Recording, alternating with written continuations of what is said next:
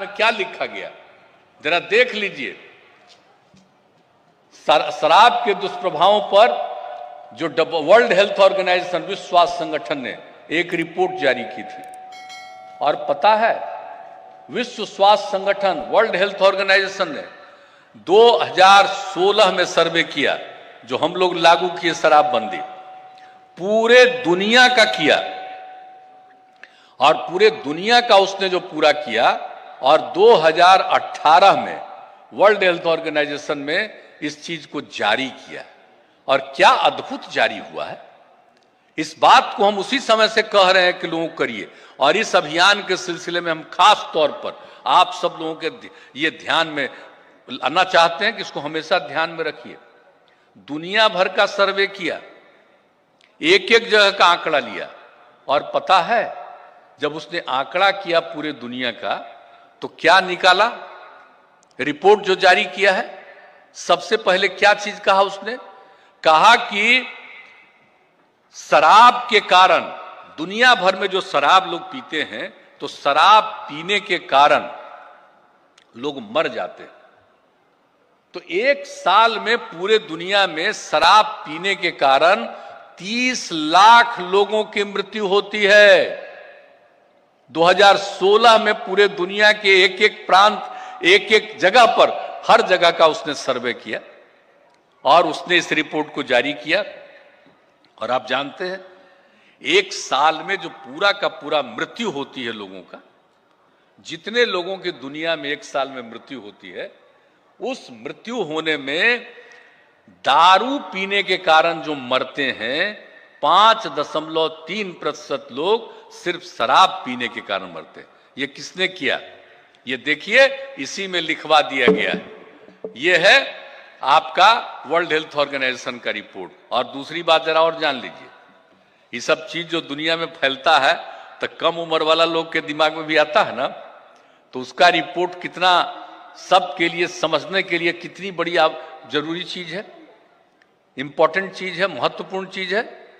क्या उसने दुनिया भर में कहा कि दुनिया भर में जितने लोगों की मौत होती है, उस मौत में 20 साल से लेकर के 39 साल तक के लोगों की मौत जो हो रही है वो दारू पीने के कारण मौत हो रही है। और 20 से 39 साल में दारू के कारण मौत की कुल संख्या है 13.5%। अब सोच लीजिए, पूरे का है 5.3, अब 20 से 39 वाला जो दुनिया में दारू पी लेता है, वो जो मरता है वो 13.5%।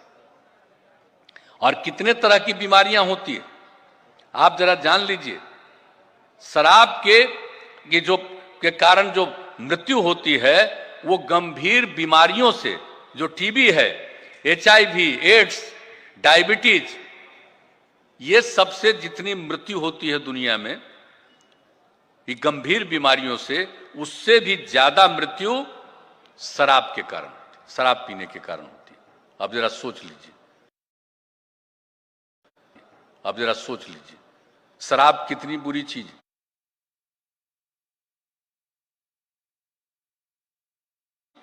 शराब कितनी बुरी चीज है। वर्ल्ड हेल्थ ऑर्गेनाइजेशन ने इसको जारी कर दिया, और उसने तो कहा कि शराब लगभग 200 बीमारियों को बढ़ाता है।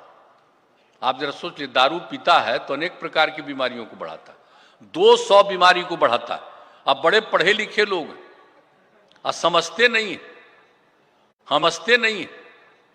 हम ही पर कुछ लोग बहुत अनाप शनाप बोलते रहते हैं, तो इसलिए तो हम एक घर में वर्ल्ड हेल्थ ऑर्गेनाइजेशन का रिपोर्ट है। आप जरा देखिए दुनिया में कितने तरह की नई बीमारियां फैलती है। बहुत लोग कहते हैं कि कुछ लोगों को पीने की इजाजत दीजिए, काहे कि उसका तबीयत ये है, वो अपने स्वास्थ्य को ठीक रखने के लिए पीना चाहता है। अरे पीने से स्वास्थ्य ठीक होता है, पीने से स्वास्थ्य ठीक होता है, पीने से स्वास्थ्य खराब होता है। और हमने बिहार स्वास्थ्य खराब होता है, और हमने बिहार में नहीं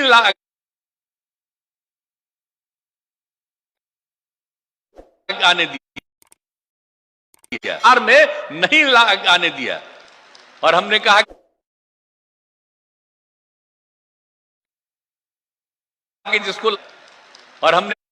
कि जिसको लगता स्वास्थ्य का, उसके लिए हम लोगों ने जगह जगह सेंटर बना दिया, 16 में ही, और कहा कि लोग जा करके किनारे में रहेंगे, और सबको समझाया और दारू पीना बंद किया। तो आप जरा समझ लीजिए कि शराब पीना कितनी बुरी चीज है, और 200 बीमारियों को बढ़ाता है, 200 बीमारियों को बढ़ाता है, और शराब का बढ़ाता है। और शराब का सेवन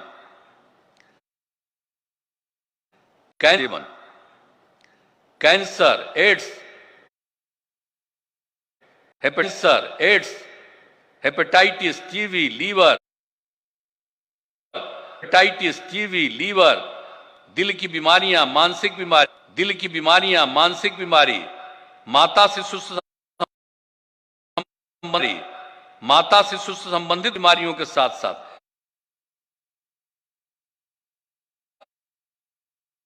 हिंसक प्रवृत्ति को भी बढ़ाता है। ये इसने सब बात लिखा। और आप जानते हैं शराब पीने के कारण, जो वर्ल्ड हेल्थ ऑर्गेनाइजेशन ने, WHO ने जारी किया, कि आप जान लीजिए कि आत्महत्या, सुसाइड जो करता है, आत्महत्या जो लोग करता है पूरे दुनिया में, 18% लोग आत्महत्या करता है दारू पीने के कारण। दारू पीता हुआ आत्महत्या करता है। दारू पीने वाला इतना ज्यादा सुसाइड करता। और इसके अलावे आपस का जो झगड़ा जो है, इस सबसे ज्यादा आपस का झगड़ा दुनिया भर में जो दारू पीता है वही आपस में झगड़ा करता है, और आपस का झगड़ा इससे ज्यादा कहीं नहीं है जो दारू पीने वाला झगड़ा करता है। यह सब रिपोर्ट है। और आपको मालूम है, सड़क की दुर्घटना, दारू पी के गाड़ी चलाइएगा तो दुर्घटना होगा ही। दुनिया भर में दारू पी करके गाड़ी चलाने के कारण जो दुर्घटना होती है सड़क की, 27% दुनिया भर में शराब पी करके गाड़ी चलाने के कारण दुर्घटना का है। ये WHO ने इन सब बातों को लिखा है, और अन्य बातों के बारे में भी सब कुछ लिखा। ये अभी की कौन कौन गंभीर बीमारी के शिकार होते हैं सबसे ज्यादा।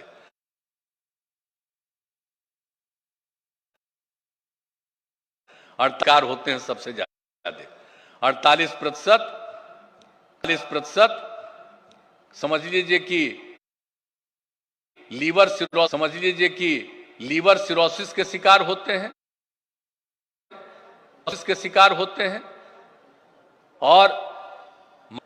और माउथ कैंसर के 26% लोग शिकारी होते हैं। गंभीर बीमारी, पैंक्रियाज की गंभीर बीमारी के 26% शिकारी होते हैं। टीबी के 20% शिकारी होते हैं। मतलब ये चीज WHO ने पूरे दुनिया का आकलन करके 2018 में प्रकाशित किया, लेकिन लोगों को समझ में नहीं आया।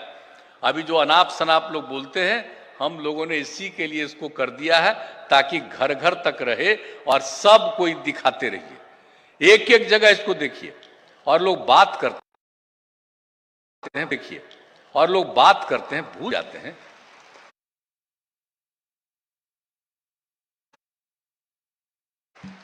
अपने राष्ट्रपिता को भूलते हैं। काबिल लोग अपने को समझता है, बड़े बड़े पद पर है और अपने को काबिल समझता है। कौन है राष्ट्रपिता? देश को आजाद किसने कराया? बापू ने कराया, राष्ट्रपिता महात्मा गांधी ने कराया। और जब देश में आजादी की लड़ाई बापू लड़ रहे थे, तो कितना ज्यादा शराबबंदी के पक्ष में बोल रहे थे। और जो बापू ने जितनी बातें कही है, उसको भी इसके साथ हम लिखवा दिए।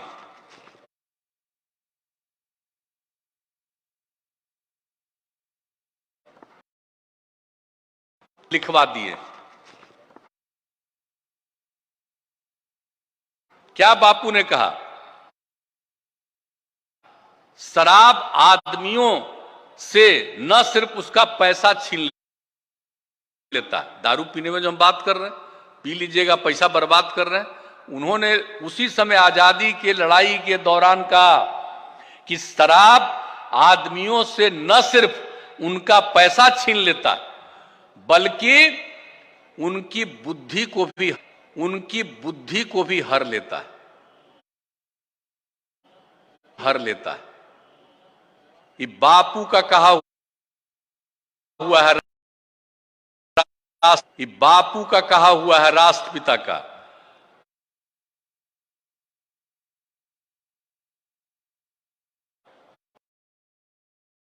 पिता का कि खाली पैसा बर्बाद नहीं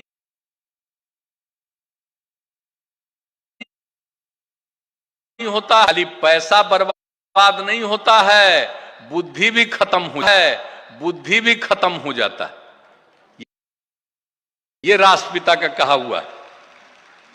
और शराब पीने वाले इंसान जो रहते हैं, इंसान पीना शुरू करते हैं, हो जाते हैं हैवान। तो बापू ने कहा शराब पीने वाले इंसान हैवान हो जाते हैं। अभी आप बताइए देश की आजादी की लड़ाई और इसके संविधान में व्यवस्था हर राज्य को कहा है, अधिकार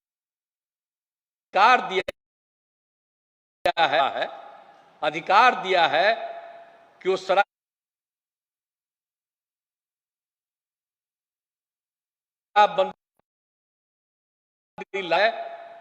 शराबबंदी लागू कर सकता है।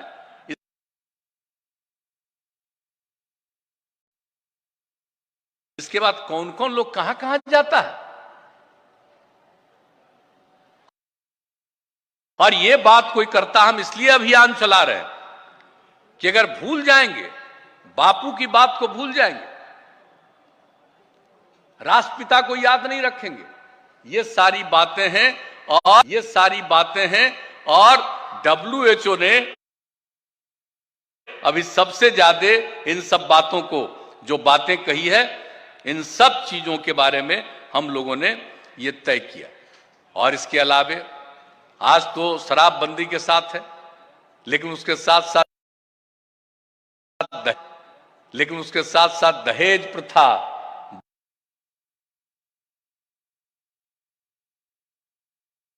बाल विवाह।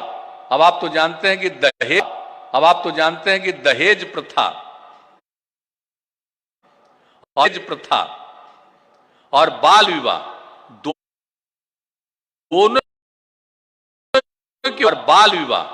दोनों के ऊपर में पूरे देश में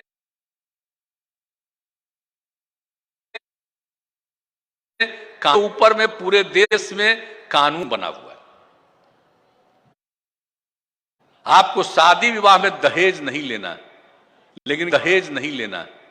लेकिन कितना लोग दहेज के चक्कर में रहता है जी।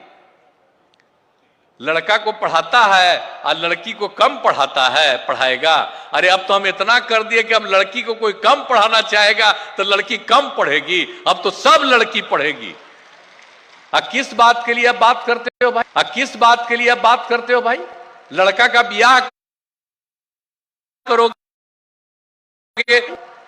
ब्याह करोगे और लड़की को लाओगे और उससे तुम दहेज लोगे।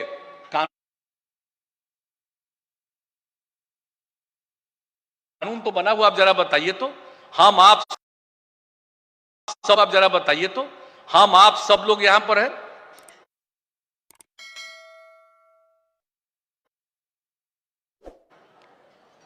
ये अगर पति पत्नी न हो, स्त्री और पुरुष न हो, तो हम आप कहीं आते क्या? पुरुष और स्त्री रहेंगी तभी ना हम आप जन्मे हैं जी, ये आगे भी जन्मेंगे। इसलिए कोई लड़का है वो ब्याह नहीं करेगा तो उसका कोई बाल बच्चा होगा? तो इसलिए अगर जो शादी होगी तो उससे दहेज लेना है, ये कितना गैर कानूनी और बिल्कुल गलत बात है। महिला आएगी आपके यहां तो उससे पैसा लीजिएगा, दहेज लीजिएगा। पुरुष है तो आप ही को वैल्यू है, अब महिला को वैल्यू नहीं है। मत करिए ना ब्याह, रहिए ना, मर जाइएगा, उसका तो आपका ना कोई बाल बच्चा, और कुछ दिन में कोई याद भी नहीं करेगा कि फलाना आदमी था। याद भी करता है बाल बच्चा तभी ना जी, करता है बाल बच्चा तभी ना जी जब शादी करते हैं, जब शादी करते हैं। और जब शादी ये करते हैं तो लड़की से शादी करते हैं। कोई लड़का लड़का में शादी नहीं ना होगा, लड़की से ना शादी होगा, तो उसी से शादी करने में दहेज लीजिएगा। इससे बढ़कर के कितना गंदा चीज है ये। इसलिए दहेज के खिलाफ भी अभियान चलाते रहना है, आप भी अभियान चलाते रहना है। और आप देख लीजिए, और आप देख लीजिए, हमने तो कह दिया, अब हम तो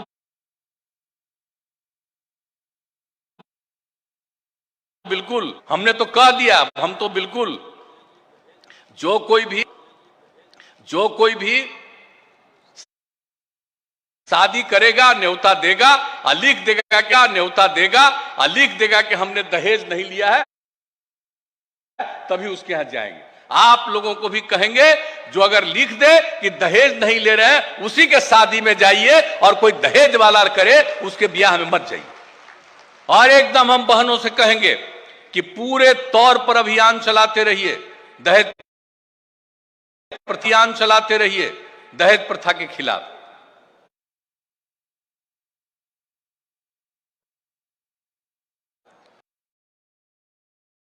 के खिलाफ। और आज तो मुझे खुशी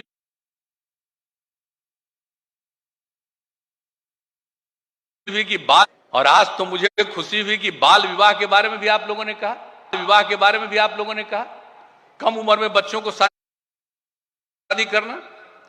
लड़का का उम्र 21 साल होना चाहिए, लड़की का उम्र 8 साल होना चाहिए, लड़की का उम्र 18 साल होना चाहिए, और अब तो केंद्र 18 साल होना चाहिए। और अब तो केंद्र सरकार नियम बनाने के लिए प्रस्ताव लाई है कि लड़की का भी 21 करेंगे, तो वो तो आगे की चीज है। लेकिन अभी तो कम से कम 18 है ना जी, 18 से कम उम्र में लड़की का शादी करना है। कम उम्र की लड़की शादी होगी तो उसको तो तबाह न करिएगा,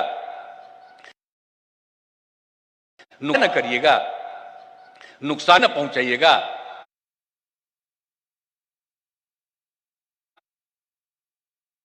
बच्चानी न पहुंचाइएगा।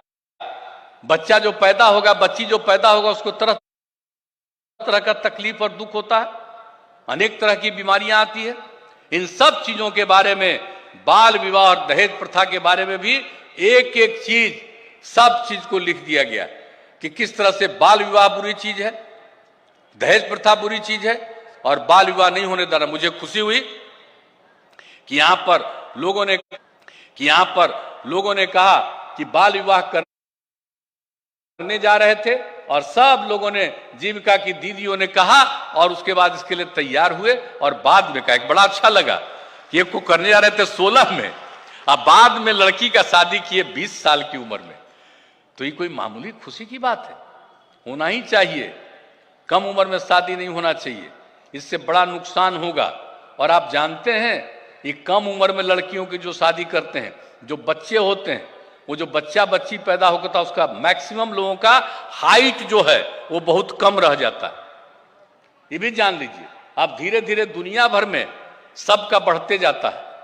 और ऐसा कम उम्र में शादी करिएगा तो बहुत लोगों का होगा, कितना भी करिएगा तो बहुत लोगों का होगा, कितना बुरा है। तो इसीलिए हर चीज के लिए, चाहे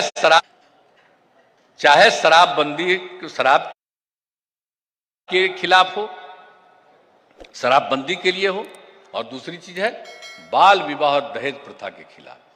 तो इसको लेकर के निरंतर अभियान चलाना है, छोड़ना नहीं है कभी। और कोई भी अगर बाल विवाह कर रहा है उसको रोकने के लिए हर जगह प्रयास करना चाहिए, होने नहीं देना चाहिए। इसलिए हम आप सब लोगों से यही आग्रह करेंगे कि आज के इस अवसर पर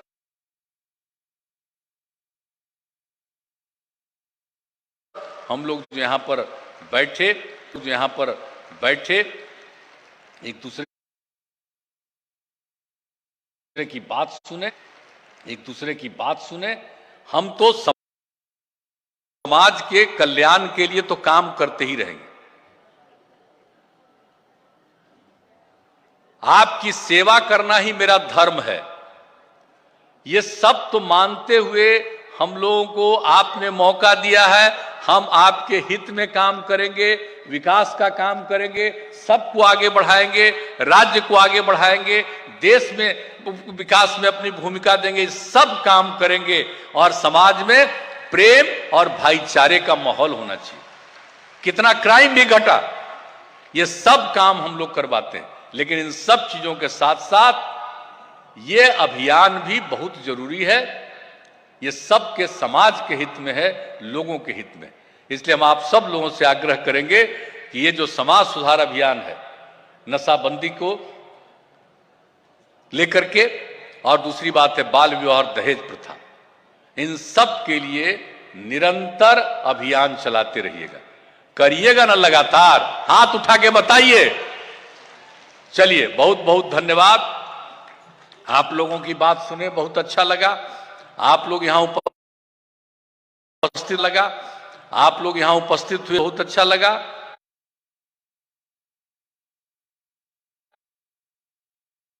और हुए बहुत अच्छा लगा।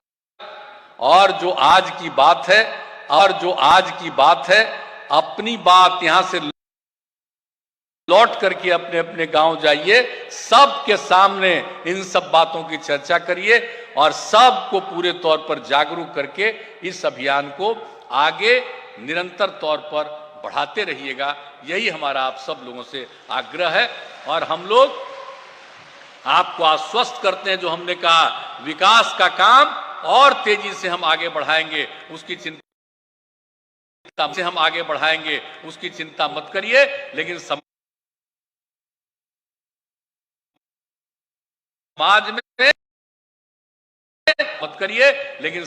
में जो हमने कहा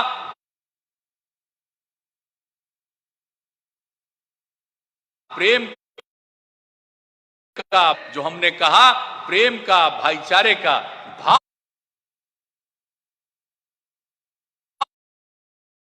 भाव होना चाहिए। मिलकर चलेंगे, एक दूसरे के प्रति सम्मान करेंगे, और जब मिलकर चलेंगे समाज बहुत आगे बढ़ेगा। और इसके लिए ये काम, समाज सुधार के लिए भी ये काम करने के लिए आपने हाथ उठा करके आश्वस्त कर दिया। इसके लिए मैं आपको हृदय से धन्यवाद देता हूं। और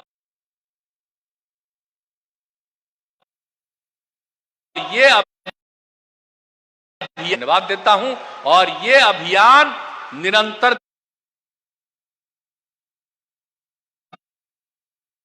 चलना चाहिए। अंतिम में यही कहेंगे कि 12 दिन हम कहीं जा रहे हैं, वहीं तक अभियान नहीं है, ये निरंतर जारी रहेगा अभियान।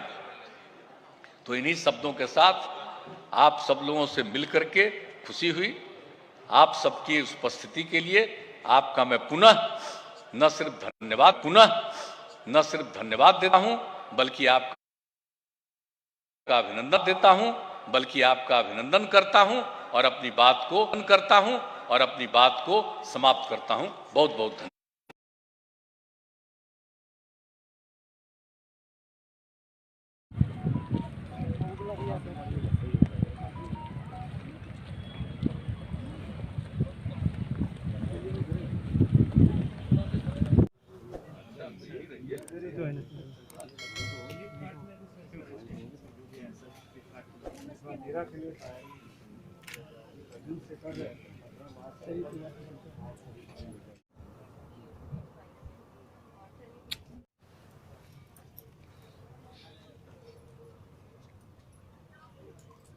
सर पीछे की। अरे अब ठीक है, आप पीछे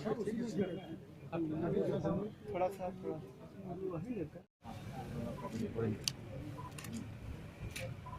हाँ बस है बस